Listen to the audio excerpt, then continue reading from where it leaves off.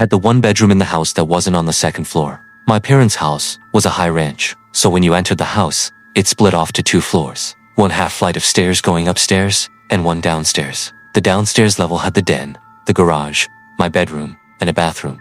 The other 3 bedrooms in the house were all upstairs. Since I grew up the oldest and the only boy in the house with 2 sisters, I got the room downstairs, because it was the biggest, and technically, the coolest room. After I turned 10, my parents gave my twin bed to my little sister, and I got a full-size bed, which was a bit of an upgrade because the room was big and could certainly fit a bigger bed. When I was 12, my little sisters were around 5 and 8, so at this age, I would be allowed home alone. But my 5-year-old sister wouldn't be left alone with me, and my 8-year-old sister would only be left alone with me if my parents weren't going to be gone for too long. If they'd be gone for longer periods of the day, then one of my parents would take both of my sisters. For this short period of time, I'd say like 3 nights in a row, maybe a little more, I was waking up in the middle of the night for no reason, and I'd have trouble falling back asleep. Considering I was 12 years old, I knew I shouldn't have been having sleeping problems at that age. I was sleeping with the fan on next to my bed, because it was a hot couple of days, in the middle of the summer, so I wasn't sure what exactly was waking me up. Considering the fan provided a steady white noise, one of these nights, I got up after waking up to refill my glass of water. I went to the bathroom right outside my bedroom, and as I was filling it up, I thought I heard something come from inside my room. I turned off the faucet and then listened, but now there was nothing. The sound of the fan. I walked to the doorway in my bedroom, and I couldn't tell what it was, but something was creeping me out about my room now. But I went upstairs to the living room and decided to sleep on the couch that night. I fell asleep eventually, but that same night again, I woke up. This time 2 noises from the kitchen. I saw the glow of the light from the fridge and the sounds of someone rummaging through it. The way that floor was set up had the kitchen out of view from the couch in the living room. I couldn't see who was there. I heard the fridge door eventually shut, then footsteps walk away and downstairs. I was drowsy, and so I went back to sleep. I believe it was the next day that my mom was folding clothes in my room, and she told me my room stunk, and I needed to clean up whatever that smell was. I ignored her, because I really didn't smell anything. I wish I didn't ignore her though. That night, our dad put the air conditioning on, because it was simply too hot. After we all watched a movie as a family, everyone started getting ready for bed. I went to my room, and played video games for a little while, before getting sleepy. By that time, I turned off the TV and console and rolled on my side to go to sleep, like I always did. Tonight, I didn't have the fan on because the air conditioning was on, so there was just the sound of the air blowing out from the vents in the ceiling. I fell asleep. But once again, I woke up, not long after. I didn't know what the sound I heard was. All I heard was the vent fan blowing air. Then when it stopped blowing air, the room was silent, and I heard something breathing, but it wasn't my breathing though. I looked around the room. The closet door was shut, so there was no way it was coming from there. Part of my childlike innocence assumed it was my younger sister playing a prank. I got on the floor and looked the one place I could think to look, under the bed. I lifted the little piece of cloth that dangles at the bottom of the bed, and there was a very large person laying underneath my bed on a pile of blankets. Their head was facing me, but their eyes were closed. I fell backwards and basically crab-walked out of the room, screaming, "Dad." I heard my parents' door swing open and my parents yelling and concerned. I pointed into my room and said, "Under the bed." And my dad went and pulled out this very large, dirty-looking man. I remember my dad quite easily physically forcing the man outside as my mom called 911.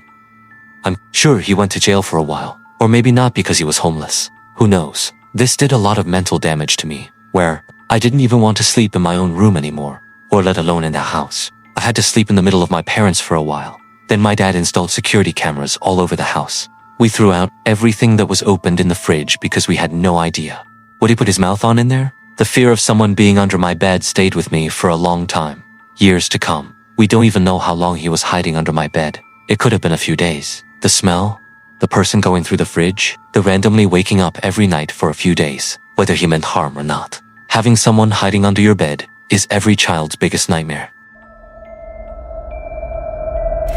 This story is from my great-grandfather, who is currently at the ripe old age of 101.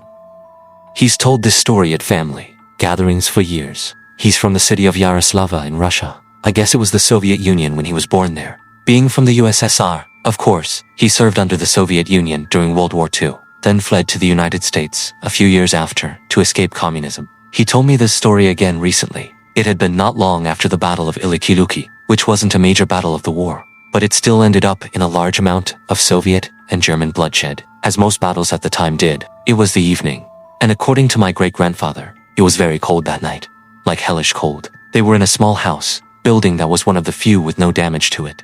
Which made it nice, because it was warm. Him and his comrades were celebrating with drinks, songs, laughing, and joking. What you could imagine a celebration would look like. At some point in the evening, two fellow soldiers walked into the building. My great-grandfather and his friend Sergi didn't care for these two. It was apparently because they were loudmouths and were just unpleasant guys. Sergi asked my great-grandfather if he wanted to go out and have a smoke. He agreed, and the two put on their heavy coats and walked out into the freezing cold air. My great-grandfather pulled out a cigarette, as did Sergi, and then he lit both of their cigarettes. They were talking for a while, both enjoying their cigarette and basking in the glory that came, along with Willin, the battle that had been going on for about 2 months. After my great-grandfather finished his cigarette, they were both about to go back inside when they heard what sounded like a man scream from the woods in the distance.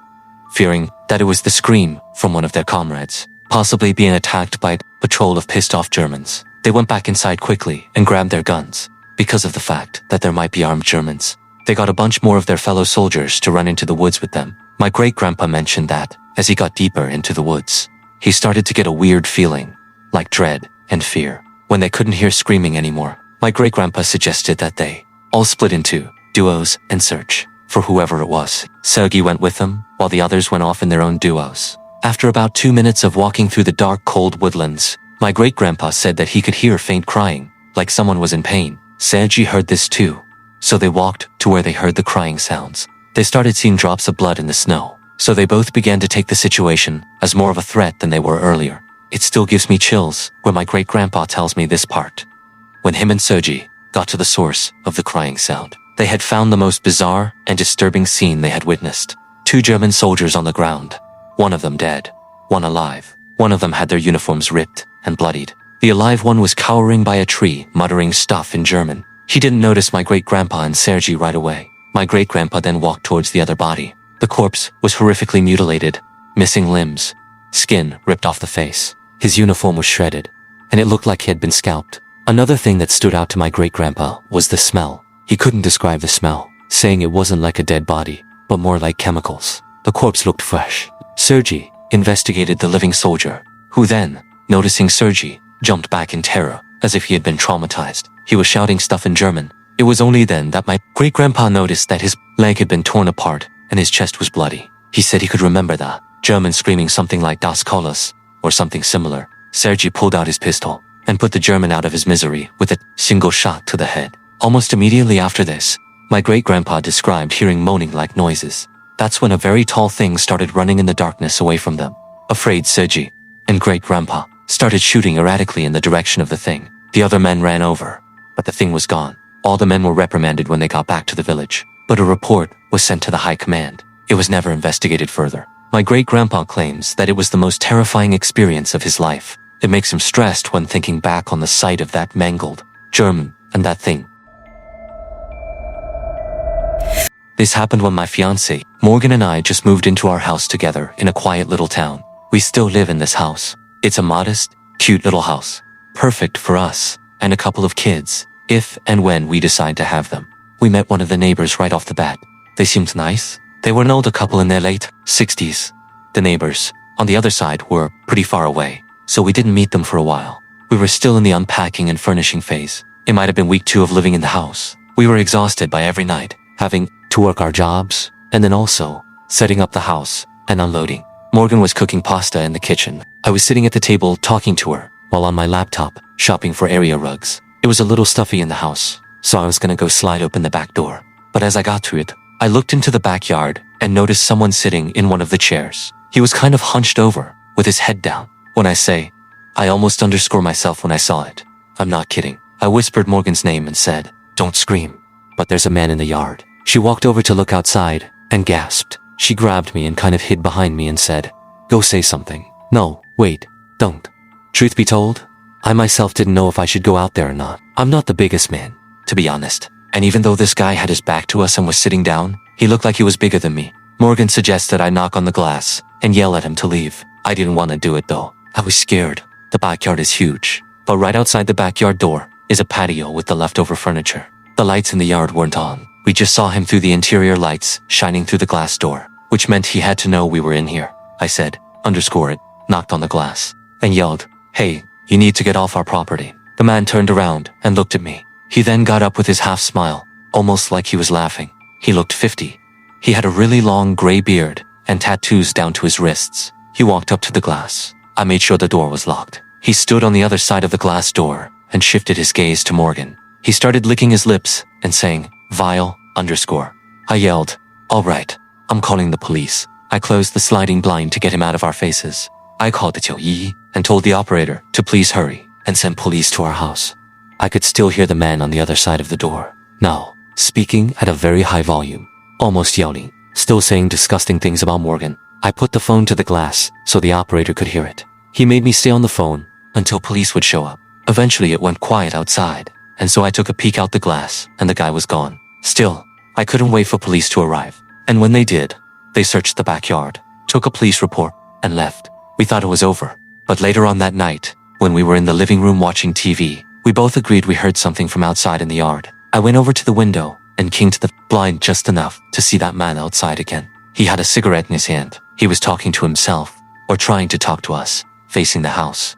He noticed the kink in the blinds because he ran over to the window. I jumped back, and he started pounding on the window, saying all these awful, sick things he wanted to do to Morgan. I told her to go upstairs. I didn't want her to hear this anymore. I yelled, "I'm gonna call the police again," and then the pounding stopped, and he went silent. I waited a few seconds before kinking the blind again, and he was gone. I went upstairs to go comfort Morgan, who was visibly shaken. I told her he was gone, when in hindsight, I should have called the cops again. Downstairs I heard bumping and knocking, and the doorknob twisting and turning. He was trying to get into the house. I grabbed the phone in the kitchen and called 911 again, once again begging the operator to send police now. This time, the police arrived a lot quicker, and I didn't alert the man outside that they were coming. But unfortunately, by the time they showed up, that man disappeared again. It's very likely he just ran off into the trees, deep in the backyard. He didn't come back again that night. The next day, we went around knocking on neighbors' doors, both introducing ourselves to those we hadn't met yet, and asking them if they knew anyone, matching the description of that man. What we found out was disturbing. A couple of few doors down from us knew that man. He was known for beating his ex-wife and having a drinking and drug problem, and generally just regarded as very dangerous. He lived around the block from us in a small rundown house. That's the scariest part. We reported him to the police, but since we didn't have him on video, we couldn't press charges. We don't know if he still lives there because we haven't heard from or seen him in a long time. I hope it stays that way.